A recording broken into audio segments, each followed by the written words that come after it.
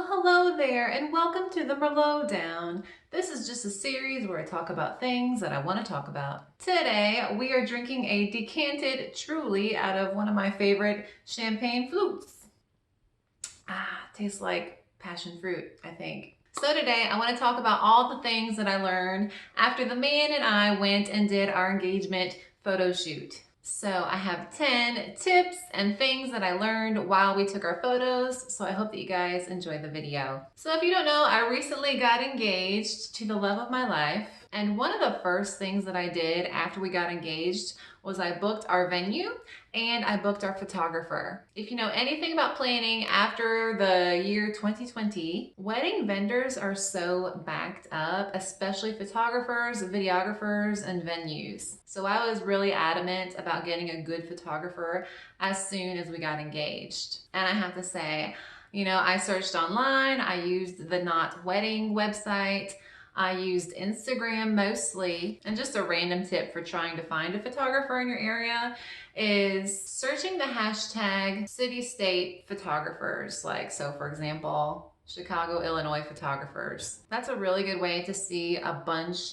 of work from your local photographers near you. So that's how I kind of found my photographer. Her company is called Cam North Photography, and I got my preview pictures back and she is just amazing. I'm so excited, and I'm gonna show you guys some of my favorites here. But when I get the full gallery, I will also post lots more photos on my Instagram, so be sure to check that out down below if you'd like to follow me on Instagram. My name is Keto Alley. So I let her know when we were in the process of signing the contract that I do have a YouTube channel that I monetize, and I asked her if it was okay if I showed the photos that she took on my YouTube channel, and she said that that was no problem. So I can't wait to show you guys. I'm so excited. Also, I kind of used this whole engagement photo shoot as a trial for some things. I was trying to figure out, what I wanted to do about makeup and hair and other body things that we'll get into. So something that I've been considering was doing my own hair and makeup for the actual wedding day. Well, I figured, the engagement photo shoot is a great time to see how that will work out. Will my makeup, look bad in photos? Will I have put on enough makeup for photos? They say for your wedding photos, you should actually wear a little bit more makeup, maybe some more vibrant types of colors so that they're picked up in the photos. So I did my own makeup for the engagement session, and I'll be honest, I really loved it. I had been playing around in the past couple months with some liquid foundations. Usually I'm just a powder girl. Like today I just got some powder on, some blush, and then I do my eye makeup. And generally I'm pretty neutral around the eye. I use shadows for my liners, and then just like a neutral, almost mauve color for my crease. And so when we did our engagement photos, I did the same thing. I just used a heavier liquid foundation with some powder on top.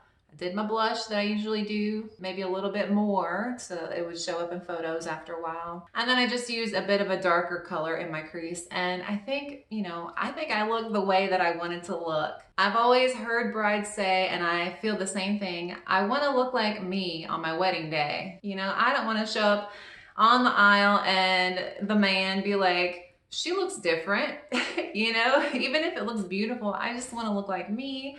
I know what I look like, because I'll tell you what, if you have a YouTube channel and you edit your own videos, you get very comfortable with how you look.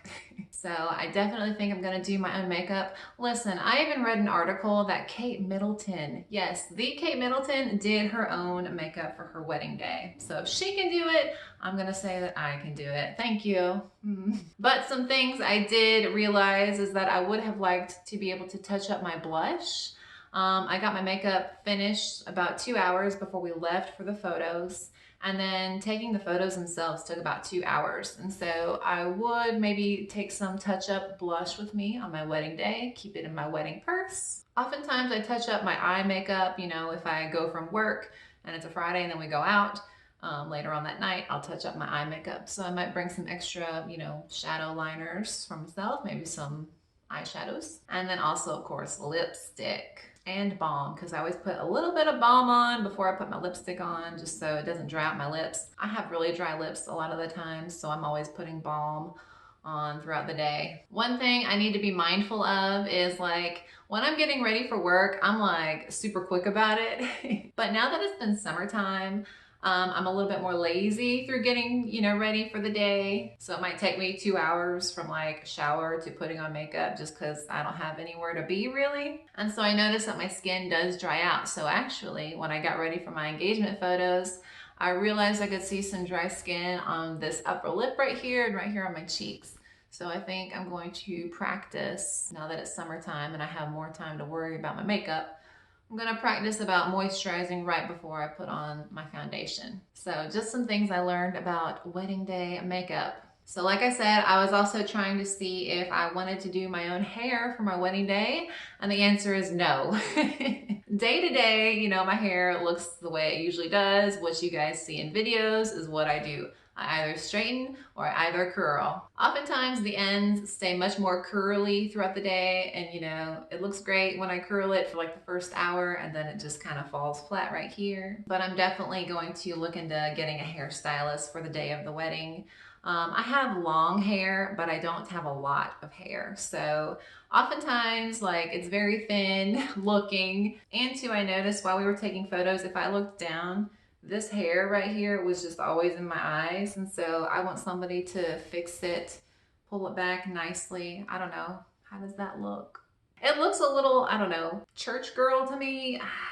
I don't know, I need somebody to help me fix it. And I'm also looking into like getting some extra hair put in, maybe some extensions or a halo or something just for the day. I'm not too thrilled about using fake hair, but I really just, want to have those gorgeous photos to look at, and I just want to look my best without, worrying if my hair looked really thin. I am planning to do my hair down. I really am not a fan when I do it of half up, half down. I don't have much to pull back, So I don't know. We'll figure it out. I'll let the professional deal with that. The third tip I learned is to be very aware of how your clothing affects your overall like coloring of yourself. So I'm very pale. I wear sunscreen every single day. First thing I get out of the shower, I put on my moisturizer and it has 30 SPF.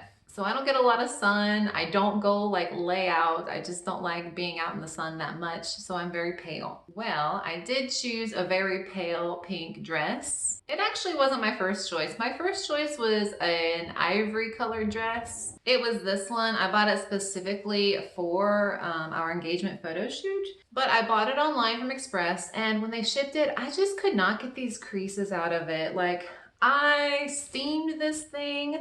I even like washed it and dried it on high to try and get those creases out. So I might have to take it to the dry cleaners and see if they can do anything with it, but I ended up not wearing this. And I was kind of curious to see what white would look like on me in photos.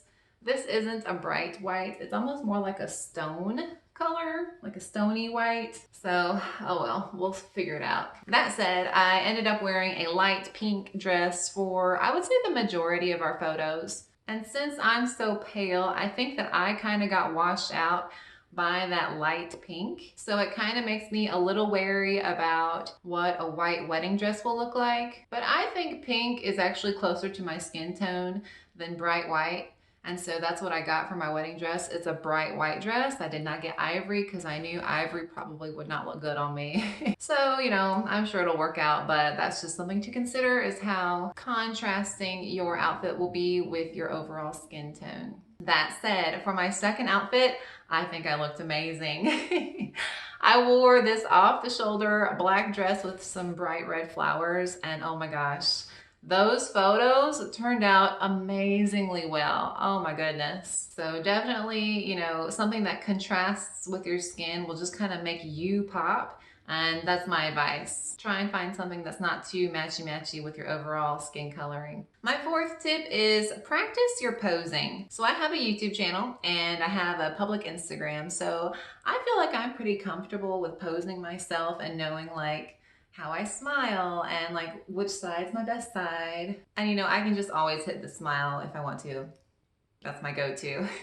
So I think it's definitely worthwhile to take the time to practice your smile over and over and over again take some selfies, you know, just to see what it looks like from a different perspective. Maybe try some smiles with a flash on just to see how everything works out. I think the flash kind of flattens you out a little bit. You know, instead of the light coming from up top and like showing shadows, a flash just kind of flattens everything out, makes it look smoother. I also knew that I kind of wanted like a more vintagey old Hollywood aesthetic. And so I really didn't want too much posing. I want it to be more organic and just like caught in the moment type of thing. But I know from taking so many selfies, you know, and so many pictures for YouTube and Instagram that you have to take so many pictures to get that one that looks good. So I kind of learned during this engagement session that like, if you want a good picture, you've got to like hold a pose for a long time. So just keep that in mind. If you want something that looks organic and in the moment, you might have to just like pose that way. And I know it seems fake to do it, but if you want that picture, that's what you got to do. I also am aware of like my face tilting, you know, in everyday life, I listen like this, I talk like this, but that's not good for pictures because if I'm from the side and I do this, it kind of like gives me this going on. So something I've kind of learned is if you want a head tilt very slight, maybe tilt your shoulders a little bit so that it kind of evens it out. I don't know. You can play with that in the mirror, see how it works for you. And then my last posing tip is something I learned from the photographer. She was always asking me to kick out my leg. And I love that she did that because I'm self-conscious about my calves. And so when my feet are flat, my calves look really thick. But when you kick out one leg, it kind of elongates everything and makes it look not so stubby. So I'm very happy that she told me to do that every time. My fifth tip, if you're like me, is to not worry too much about your good side and your bad side. I have very different sides, definitely. I am much happier with this side of my face. But I'll be honest, one of my favorite photos has a picture of this side. And it's just an authentic photo. I'm looking at the man and I'm smiling and I'm looking into his eyes. And so don't be too worried about like getting the right side or not. If it's a good photo, you will love it either way. My sixth tip deals with body insecurity. I had this mood spell last week. I've mentioned in a recent video that I've kind of noticed my two front teeth on the top and bottom shifting a little bit. And so when I film, when lighting is not ideal, it looks like they have shadows on them, which, you know, some people have noticed. And I have definitely noticed it when I look at my own videos. And so I actually went to the orthodontist last week and, you know, I thought, I'm gonna come in here, they're gonna take some x-rays and give me some Invisalign. Like, I thought it was gonna be a really simple process. Nope, didn't happen like that at all. They wanted me to get my wisdom teeth removed. She told me something was wrong with my tongue. She thinks I have a slight tongue tie. And I do have a receding gum. If you've seen this video, I had to go get my gums worked on. And so she wanted me to get that fixed. So I was like, well, by the time I have dental surgery and tongue surgery and gum surgery, and then Invisalign, I'm gonna spend like 20K probably just on my teeth. And I was like, it's not gonna be possible within a year to do all of those things. I don't know. It just made me really sad because there was nothing I could really do at that point for my teeth. And I just kind of felt defeated because I was just so ready to just, you know, put down 6K on a, you know, credit card and fix my teeth and that would be that. But no, that didn't work out, so I was just really disappointed. And then too, I was kind of nervous about my arms. There was this pose where we were like this and I kind of had my arm extended out like that and I really didn't want her to get this, you know, my loose skin. But she did and she did a great job of making my arm look slim. So I say all this to say you're going to be insecure about something. Everybody is, I'm sure of it. Try not to let it ruin your fun. Enjoy the process of taking these photos with your lovey-dovey. I told the man, I was like, I don't think I've ever kissed you so much in my life. Like, that was really fun for me. So try and, you know, hush those insecurities when it comes to self-esteem and body issues. Because I will tell you what, a good photographer will make you look amazing. My seventh tip comes from Shapewear. So under my pink dress, I noticed that you can kind of see some lumps and bumps in the front. So I put on, you know, like this tall shapewear that ends right about here. Well, I didn't realize that it was also smushing in my sides. So I think I don't look as, you know, hourglassy as I think I normally do. So just something to keep in mind. If you wear a light color and you have some lumps and bumps, you'll be able to see those more with a light color. So you might want to keep it to a darker color if you're not into wearing shapewear, or if you don't worry about that kind of stuff, great. I'm jealous of you. But it's something I had never realized when it came to shapewear, that yes, although it flattens out your front, it kind of also flattens out your sides a little bit too. We also took some pictures from behind, and this is one thing that I know I have an issue with, something that I'm insecure about and that I could work on. I've tried working on it in the past, is that I don't have much of a backside. So I'm really considering trying to find like some temporary fixes for the bottom area. I don't know, do they make underwear that kind of like gives you a little bit more? If you know anything about that, please leave me a comment down below. A lot of the pictures from the side and the back aren't my favorite just because of that one feature about me. That is what I have been given. My 8th tip is don't be afraid to suggest or let your photographer know what types of photos you want. Our photographer was so accommodating. She was so sweet. When we were taking pictures inside the bar, she asked us, you know, is there anything else you'd like before we leave this area? And so I hate conflict and I hate speaking up for myself, but I made myself do it. And I said, well, actually, can we get one where we're just kind of like facing each other, you know, and we just kind of like did some weird poses. But she was so accommodating. And then afterwards, when we were about to leave another spot, it was towards the end of the session, and she said, are there any poses that you want me to get? And I was like, yes, thank you for asking.